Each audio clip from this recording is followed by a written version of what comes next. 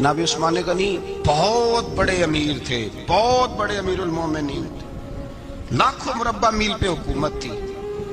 چند سو آدمیوں نے آ کے گھیر لیا عثمان غنی کے گھر کو، اور کربلا میں تو 3 دن پانی بند رہا ہے، حضرت عثمان غنی پہ 40 دن پانی بند رہا ہے، 40 دن۔ اور حضرت امام حسین کے خیموں کے گرد تو پہرا دینے کے لیے جناب عباس تھے۔ اور میں تاریخ کے سارے معتبر حوالے عرض کر سکتا ہوں کہ جب حضرت عثمان غنی کو خطرہ ہوا تو مولا علی شیر خدا نے امام حسن اور حسین کو تلواریں پکڑائیں اور فرمایا دروازے کے آگے کھڑے ہو جاؤ، کوئی بدبخت تمہارے خالو عثمان غنی کے دروازے تک جانے نہ پائے۔ اور اس دروازے سے پھر گیا بھی کوئی نہیں، اس لیے کہ وہاں حسنین کریمین کا پہرا تھا۔ جو گیا بے ایمان تو پیچھے سے چڑھ کر کے گیا۔ حضرت عثمان غنی لاکھوں مربع میل کا حکمران، جہاں جس کے پاس چند ووٹ ہوں وہ دندناتا پھرتا ہے، جس کے پاس 4 باڈی گارڈ ہوں اس کی بات وہ کرتا ہے تو ہوا میں۔ حضرت عثمان غنی کے پاس ہزاروں کی فوج ہے، چند 100 لوگوں نے آپ کے گھر کو گھیر لیا، شہید کرنا چاہتے ہیں۔ جناب عثمان غنی رضی اللہ تعالیٰ عنہ کے پاس حضرت علی رضی اللہ تعالیٰ عنہ، کئی اور لوگ گئے۔ کہا عثمان 3 باتیں ہیں، یا تو ہمیں اجازت دو، یا تو تم تھوڑی دیر کے لیے خلافت چھوڑ دو، حکومت چھوڑ دو، چند دنوں کے لیے کسی اور کو امیر بناؤ۔ جناب عثمان کہنے لگے مجھے تو حکومتوں سے دلچسپی نہیں، لیکن میں چھوڑ نہیں سکتا، اس لیے کہ میرے مصطفیٰ کریم علیہ السلام نے مجھے فرمایا تھا عثمان اللہ تجھے قمیض پہنائے گا، لوگ اتارنا چاہیں گے پر تم اتارنا نہ۔ فرمایا میں سمجھ گیا ہوں، اس سے مراد یہی ہے، میں نہیں چھوڑتا۔ کہا عثمان پھر اس طرح کریں، ہمیں اجازت دیں، یہ چند 100 لوگ ہیں، ہماری تلواریں چند منٹ میں فیصلہ کر دیں گی۔ جناب عثمان غنی فرمانے لگے میں نبی پاک کا شہر اپنی وجہ سے خون میں رنگ دوں، میری وجہ سے؟ نبی پاک علیہ السلام نے فرمایا تھا ایک مینڈا ہوگا، بکرا، جس کی وجہ سے میرے مدینے کی گلیوں میں خون بہے گا، میں وہ بکرا نہیں بننا چاہتا۔ فرمایا میں نہیں چاہتا میری وجہ سے خون بہے اور حضور کے مدینے میں بدامنی ہو۔ عثمان کی جان جاتی ہے تو جائے، پر نبی پاک کے مدینے میں شور نہیں ہونا چاہیے۔ اے پائے نظر ہوش میں آ، یہ کوہ نبی ہے، آنکھوں سے بھی چلنا یہاں بے ادبی ہے۔ تو کہا عثمان پھر اس طرح کرو، کچھ دنوں کے لیے مکے چلے جاؤ۔ میری بات کی سمجھ آ رہی؟ کچھ دنوں کے لیے مکے چلے جاؤ۔ تو جناب عثمان نے داڑھی پکڑ لی، کہنے لگے دیکھ رہے ہو ساری سفید ہو گئی ہے، میں نبی پاک کا شہر چھوڑ کے نہیں جانا چاہتا، میں رسول اللہ کے مدینے میں مرنا چاہتا ہوں، میں نہیں چھوڑوں گا حضور کا شہر۔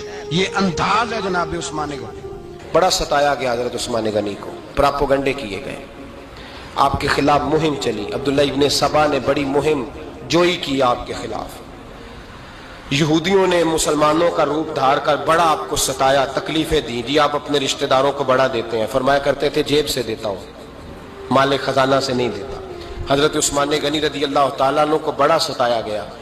یہ وہ واحد ہستی ہے حضرت عثمان غنی، انہوں نے شہادت قبول کر لی لیکن تلوار نہیں چلنے دی، لوگوں کو ایک دوسرے کے گلے نہیں کاٹنے دی، وہ شخصیت ہے حضرت عثمان غنی کی، لیکن بڑا ستایا گیا، بڑا پراپوگنڈا۔ مجھے بتائیے اس کے بارے میں اللہ قرآن کی آیتیں نازل کر دے، اور جس کے بارے میں مصطفیٰ کریم ایک بار نہیں تین بار جنت کی بشارت عطا کر دے، کوئی بندہ ہمیں تاریخ بتائے، حوالے دے، کہانیاں سنائے، تو ہم اس کی کہانیاں دیکھیں گے یا نبی پاک کا فرمان دیکھیں گے؟ بولیں، جا کے بولیں، جا کے۔ کسی کہانی پر کبھی بھی کان، بس ایک حدیث میں نے بڑی دفعہ سنائی ہے، پھر سناتا ہوں، ترمذی میں ہے، نبی پاک جنازگاہ تک گئے جنازہ پڑھنے، یا رسول اللہ فلاں آدمی انتقال کر گیا، جنازگاہ تک تشریف لے گئے جنازہ پڑھانے، لیکن جنازگاہ تک پہنچ کر محبوب نے فرمایا اس کا جنازہ نہیں پڑھانا۔ یا رسول اللہ کیوں؟ فرمایا اس لیے کہ یہ عثمان غنی سے بغض رکھتا تھا۔ نبی پاک سید عالم صلی اللہ تعالی علیہ وآلہ وسلم نے خود اپنی زبان مبارکہ سے، ترمذی شریف میں حدیث موجود ہے کہ نبی پاک صلی اللہ علیہ وسلم احد پر گئے تو احد کانپنے لگا، تو حضور نے فرمایا احد ٹھہر جا، تیرے اوپر ایک نبی، ایک صدیق اور 2 شہید موجود ہیں۔ تو وہ 2 شہید کون تھے؟ ایک حضرت عمر فاروق، ایک حضرت عثمان غنی رضی اللہ تعالی۔ خود حضور نے فرمایا حضرت عثمان غنی کی جو نانی ہے نا، یہ نبی پاک کی سگی پھوپھی ہیں، حضرت عثمان غنی رضی اللہ تعالیٰ عنہ کی جو نانی ہیں وہ حضور کی سگی پھپھی ہیں. یہ چوتھی پانچویں نسل میں جا کے اللہ کے رسول صلی اللہ علیہ وسلم کا خاندان ہی بنتا ہے. اللہ کے محبوب علیہ السلام کی 4 بیٹیاں تھیں اور چاروں کی چاروں حضرت خدیجۃ الکبریٰ رضی اللہ تعالیٰ عنہ کے بطن سے پیدا ہوئی تھی. 4 بیٹیاں.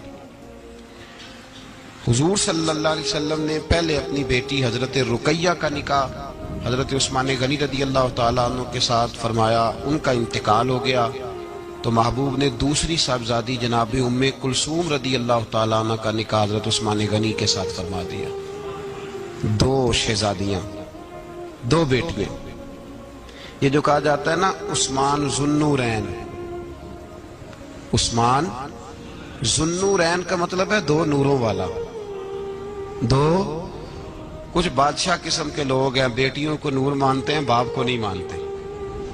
نبی پاک کی دونوں بیٹیوں کو نور مانتے ہیں لیکن ان کے والد نبی پاک صلی اللہ علیہ وسلم کے بارے میں باتیں گول کر جاتے ہیں. 2 بیٹیاں نکاح میں آئیں تو کیا لقب ہوا؟ عثمان.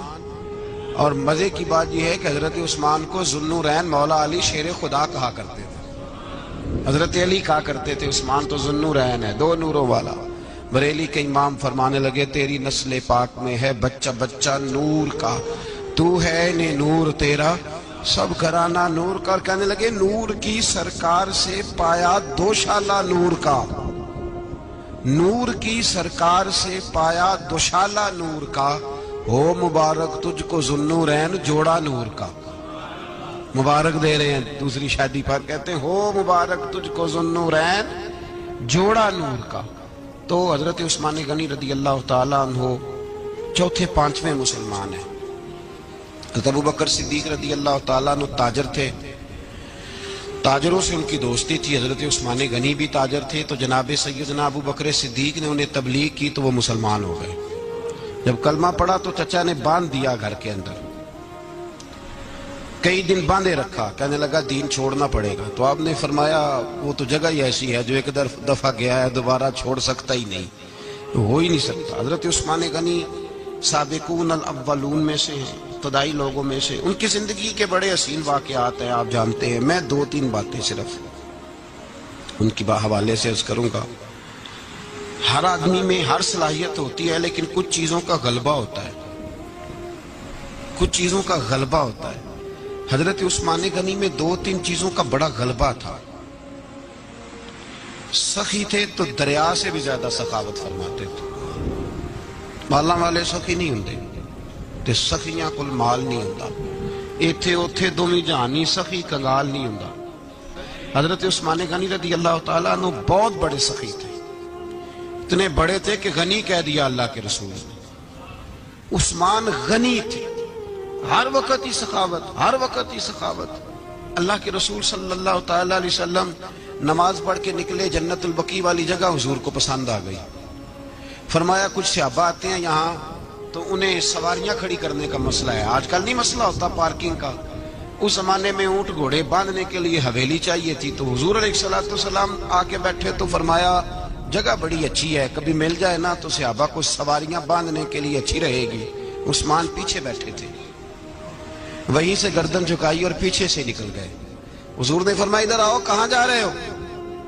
کہا یا رسول اللہ جو جگہ آپ نے کہی ہے میں دیکھنے جا رہا ہوں. تو حضرت عثمان غنی دیکھنے گئے، جب واپس پلٹے تو میرے کریم نے فرمایا عثمان دیکھ آئے ہو، دیکھ آئے ہو، دیکھ آئے ہو.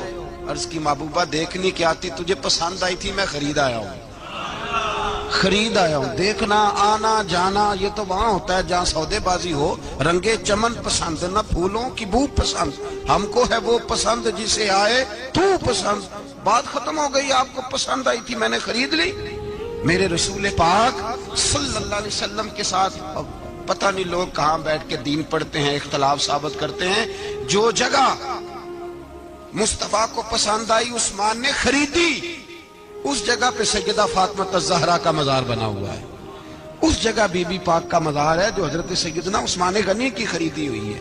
اس کا مطلب ہے یہ جگہ مصطفیٰ کا بھی پسندیدہ ہے، اہل بیت کی بھی پسندیدہ ہے. حضرت عثمان غنی کا مزاج ہے.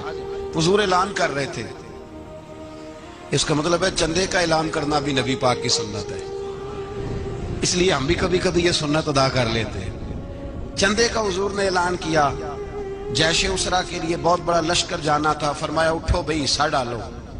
حضرت عثمان نے دائیں بائیں دیکھا، کتنے بہت زیادہ سپاہیوں کے لیے بہت زیادہ سامان چاہیے، قحط کا زمانہ ہے۔ جناب عثمان اٹھے کہا یا رسول اللہ 100 فوجیوں کا خرچہ، ان کا گھوڑا بھی دوں گا، گھوڑے پر رکھنے کے لیے یا رسول اللہ صلی اللہ علیہ وسلم جو کجاوا ہوتا ہے، کاٹھی ہوتی ہے، وہ بھی میری، فوجی کی وردی بھی میری، اور جب تک واپس آئے گا تب تک سارا کھانے کا خرچہ بھی میرا۔ نبی پاک صلی اللہ علیہ وسلم مسکرائے، فرمایا عثمان اللہ تجھ سے راضی ہو۔ تھوڑی دیر کے بعد فرمایا پھر اٹھو بھائی۔ دائیں بائیں دیکھا، کوئی اٹھا ہی نہیں۔ حضرت عثمان پھر کھڑے ہو گئے، کہا حضور 100 میرا اور شامل کر لیں۔ نبی پاک نے پھر اعلان کیا، حضرت عثمان کہتے ہیں میرے نا دل کو کچھ ہوتا تھا، پھر اٹھے، کہا حضور میرا تیسرا 100 بھی شامل کر لیں۔ فرماتے ہیں جناب عثمان غنی چوتھی دفعہ میرے مصطفیٰ نے اعلان کیا تو مجھ سے نہ ہی رہا گیا۔ میں نے کہا محبوبہ اعلان نہ کرو، آپ اشارہ کرو، عثمان کے پاس جو کچھ بھی ہے وہ محمد عربی کے قدموں کا ہی صدقہ ہے، آپ اعلان کرو، حاضر ہے، ہر شے حاضر ہے، پھونک پھونک کے دینا، دیکھ دیکھ کے دینا، یہ تو وہاں کا سودا ہوتا ہے جہاں سودے بازی ہوتی ہے، لیکن یہاں تو یا رسول اللہ جب تک بکے نہ تھے کوئی پوچھتا نہ تھا، یہ تو نے خرید کر ہمیں انمول کر دیا۔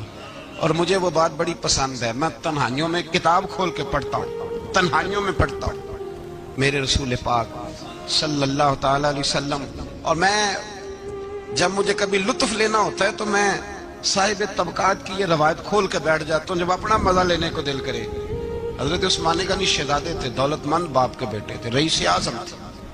امیروں کے بچے نازک مزاج ہوتے ہیں، موڈ کے مالک ہوتے ہیں، بہت بڑے رئیس تھے، پر عشق لگا سی کھیڈا کھیڈ دی نو، تو پھر کھیڈا بھول گئیاں، کجل پایا سی یار دے ویکھنے نو، پھر او دی یاد وچ روندیاں ہی ڈول گئیاں، حیدر شاہ اس گلی کدے نہ رول دی، پر ہن تے رول دی 4-5 دن کے بعد مدینے آئے، سفر پہ گئے ہوئے تھے، حضور کے پیچھے نماز پڑھی تو محبوب کے چہرے پہ ذرا نکاہت ہے، کمزوری ہے۔ حضرت بلال کو ملے، کہنے لگو بلال میں 4 دن باہر رہا ہوں، حضور کے چہرے پہ کمزوری کیوں ہے؟ جناب بلال کہنے لگے جا گھر جا کے پوچھ لے۔ کہتا میں نے دروازے پہ دستک دی، سیدہ عائشہ صدیقہ اندر سے بولی کون ہے؟ میں نے کہا اماں جی غلام ہوں عثمان، میں 4 دن کے بعد آیا ہوں تو چہرے پہ بڑی کمزوری ہے۔ فرماتے جناب عائشہ ہچکی لے کے روئی، کیا ہوا؟ تو کہنے لگی عثمان 4 دن ہو گئے کونین کے مالک نے روٹی کوئی نہیں کھائی، ایک پیالہ دودھ کا ایک کھجور۔ حضرت عثمان غنی رضی اللہ تعالیٰ کا اماں جی آپ پردے میں نہیں چلی جاتی؟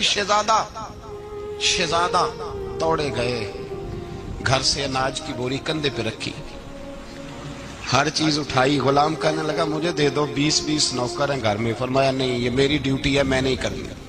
عثمان خود گئے، رسول پاک کے گھر میں جھاڑو دیا، چولہے میں آگ جلائی۔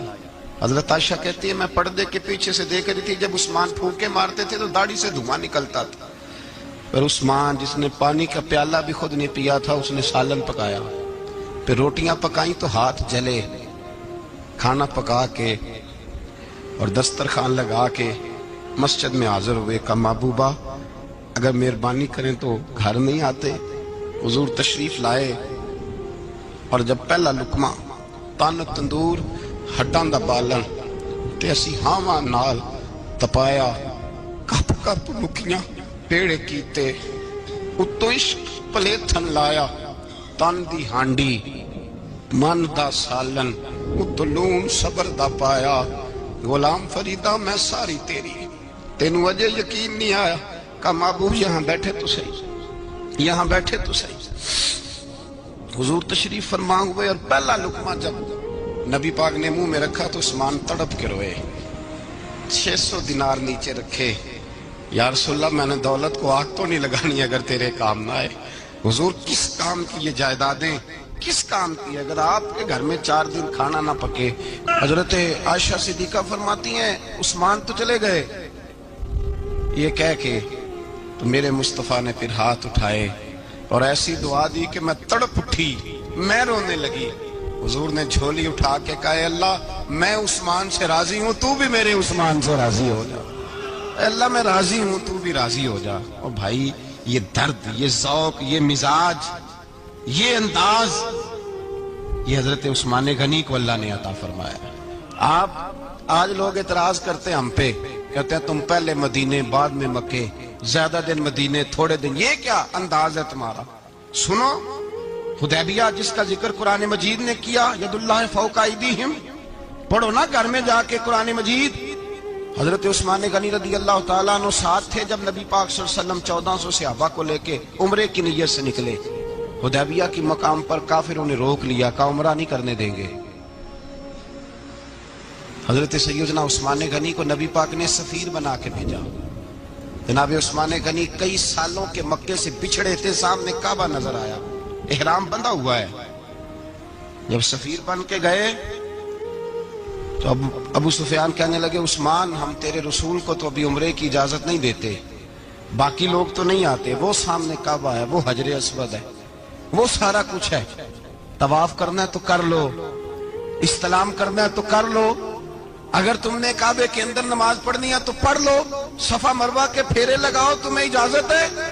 نبی عثمان غنی فرمانے لگے قسم ہے رسول کی زلفوں کی، جب تک میرے مصطفیٰ طواف نہیں کریں گے عثمان بھی کوئی نہیں کرے گا۔ عثمان بھی وہ کون سا طواف ہے جس میں طواف اور مدینے والا نہ ہو؟ وہ کون سا عمرہ ہے جس میں عمرہ ہو اور رسول پاک نہ ہو؟